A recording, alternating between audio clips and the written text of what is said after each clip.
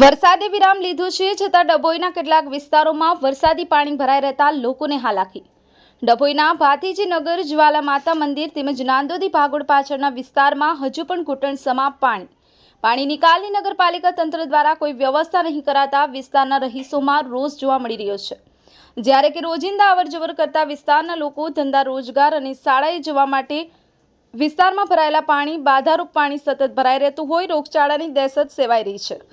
ના છૂટકે દૂષિત પાણીમાં ચાલી અવરજવર કરવાથી પગમાં ચેડ આવી લોકોને થઈ રહ્યું છે ઇન્ફેક્શન। વર્ષોથી ભાતીજીનગર વિસ્તારમાં વરસાદી પાણી ભરાઈ રહેવાની સમસ્યા છતાં નગરપાલિકા તંત્ર દ્વારા સમસ્યાના કાયમી નિકાલનો કોઈ જ એક્શન પ્લાન ઘડાયો નથી।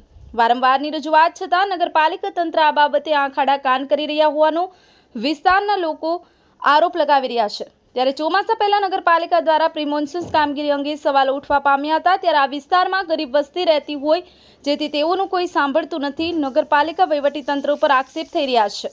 ફઝલ રઝા ખત્રી, જીએ ન્યૂઝ ગુજરાતી, ડભોઈ। ઓકે, હીરા ભગોળની બહાર ભાતીજીનગર સોસાયટી આવેલી છે। ત્યાં ઘણા વર્ષોથી પાણીની સમસ્યા છે। પાણી ભરાઈ જાય છે। પ્રેગ્નેન્ટ બરીઓ પણ સ્ત્રીઓ પણ કેવી રીતે આવે છે એમનું મન જાણે છે, અને વૃદ્ધ સ્ત્રીઓ પણ છે એ પણ કેવી રીતે આવે છે એમનું મન જાણે છે। અને કોર્પોરેટરને ઘણીવાર સમજાવતા પણ કોર્પોરેટર અહીં આવતા જ નથી જોવા। ઘણીવાર સમજાવીએ છીએ પણ એ એવું કે આશ્વાસન આપ્યા કરે છે ખોટું કે અમે આવીશું, પણ કોઈ દિવસ આવતા નથી, જોવા પણ નથી આવતા। આટલું બધું પાણી ભરાય છે તે છતાં પણ કોઈ દિવસ જોવા આવતા નથી। કેટલા વર્ષથી સમસ્યા છે તમારી? એ અમારે 20 વર્ષથી છે। 20 વર્ષની સમસ્યા છે। નાણાંનું પણ એ થઈ ગયું છે, પણ એ પણ કઈ ઉકેલ લાવતા નથી એ લોકો। રજૂઆત કરી તમે? રજૂઆત કરેલી જ છે અમે। તમારે શું કીધું તમે? ત્યાં આગળથી અમે એવું કીધું છે કે મંજૂર થઈ ગયું છે, થઈ જશે એવું આશ્વાસન આપ્યા કરે છે। અમે જલેબી જઈએ છીએ એમને મળવા, ત્યારે અમને આવો શબ્દ કહે છે, બીજું આગળ કશું કહેતા જ નહીં, ને પછી જોવા આવતા જ નથી। અમને ખાલી વોટ લેવા આવે છે બસ, ખાલી બીજું કશું આવતા નહીં। કોઈ પણ દિવસ જોવા આવતા નહીં કે તમે શું કરો છો, હું નહીં, કેટલું પાણી ભરાયું છે, તમારે સમસ્યા શું છે, તમારે ગટરનો પ્રોબ્લેમ છે કે કઈ પ્રોબ્લેમ છે। હવે પ્રેગ્નન્ટ સ્ત્રીઓને અમારે કેવી રીતે લઈ જવાની બોલો છો? અહીં એમ્બ્યુલન્સ થોડી આવવાની છે? અહીંયા આગળ અમારે ઉચકીને કેવી રીતે લઈ જવાના? કયા રસ્તેથી લઈ જવાના બોલો છો? અમારે ચાલવા હરવા ફરવા એક જ રસ્તો છે, તમારે શું કરવું? ભારત માતા કી વંદે માતરમ। જણાવવાનું આવે કે ભાતીજીનગર, હીરા ભગોળ પર ભાતીજીનગર આવેલી છે, જેના કેટલા વર્ષોથી અહીંયા પાણીની સમસ્યા છે। નગરપાલિકાના કર્મચારીને બી જે ખબર છે, કોર્પોરેટરને બી ખબર છે, કેટલા કોર્પોરેટર બદલાઈ ગયા પણ આશ્વાસન આપે છે, લોલીપોપ આપે છે કે તમારું નારું થઈ જશે। જે નારુંની ગ્રાન્ટ કેટલા સમયથી મંજૂર થાય છે પણ એ ગ્રાન્ટ ગઈ જાય છે એ આજ સુધી કોઈને ખબર નથી।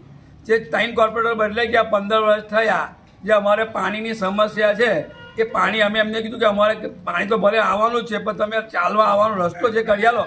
ત્યાં કે અહીંયા બધા હોમગાર્ડ, સીઆરડી, નાઇટમાં નોકરી કરે બધા જ છોકરાઓ ભણવા જાય છે। પાણી ક્યારે અમારે પાણી છે, અત્યારે હાલમાં પાણી છે જ ને પાણી રહેવાનું જ છે, પણ એ પાણીનો અમે એવું નહીં કહેતા પણ અમારે તો નારું બને રોડ ઊંચો કરી આલો એ સમસ્યા કે અમારે આવવામાં તકલીફ ના પડે। ને બીજું કે અહીંયા પાણીની સમસ્યા છે, પાણી ગંદુ કેટલા સમયથી આવે છે। અમે આ સોસાયટીમાં કોઈના નળમાં પાણી આવતું નથી।